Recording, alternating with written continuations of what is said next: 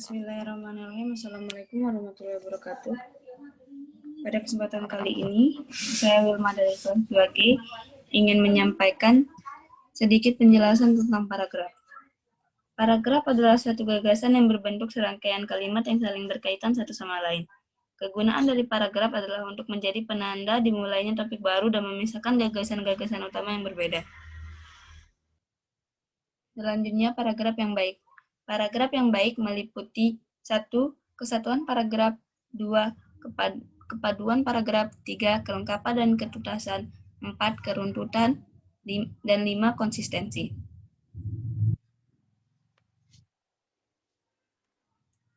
Kesatuan paragraf.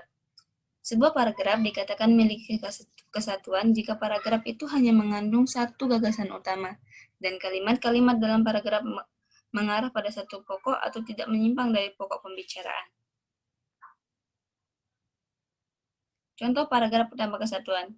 Di bawah ini adalah contoh paragraf tanpa kesatuan. Mengapa dikatakan demikian? Karena pada paragraf ini terdapat dua gagasan utama, yaitu manfaat internet sebagai sarana komunikasi di tengah-tengah masyarakat dan tujuan penulisan karya ilmiah. Sedangkan paragraf dengan kesatuan harus memiliki satu gagasan utama.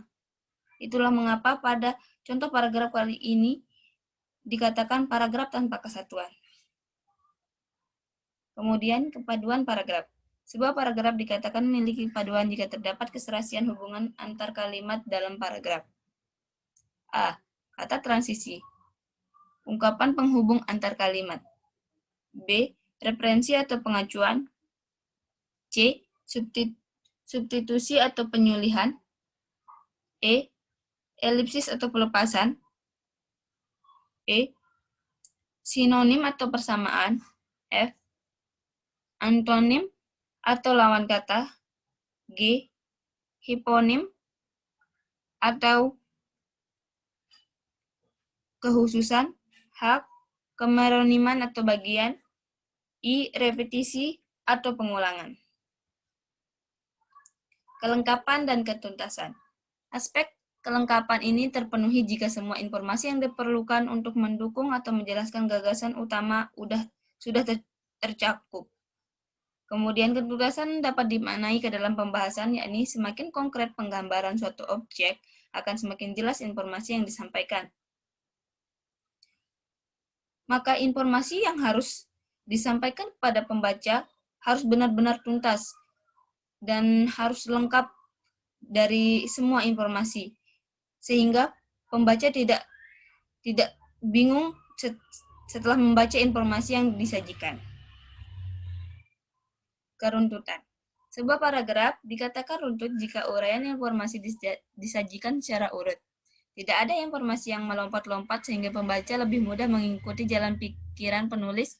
Keruntutan paragraf ditampilkan melalui hubungan formalitas di antara kalimat yang membentuk paragraf. Hubungan formalitas tersebut menunjukkan pola urutan penyajian informasi.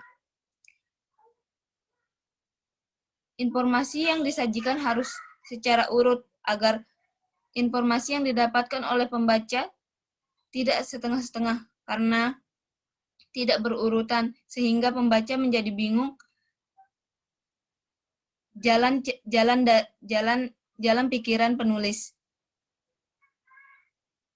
Kemudian, konsistensi. Konsistensi berarti tetap konsisten. Contohnya dalam pemilihan atau penggunaan sudut pandang. Jika sudah menggunakan sudut pandang orang pertama, maka sampai akhir akan menggunakan sudut pandang orang pertama. Tidak boleh digabungkan, tidak boleh dirubah-rubah. Konsistensi berarti tetap.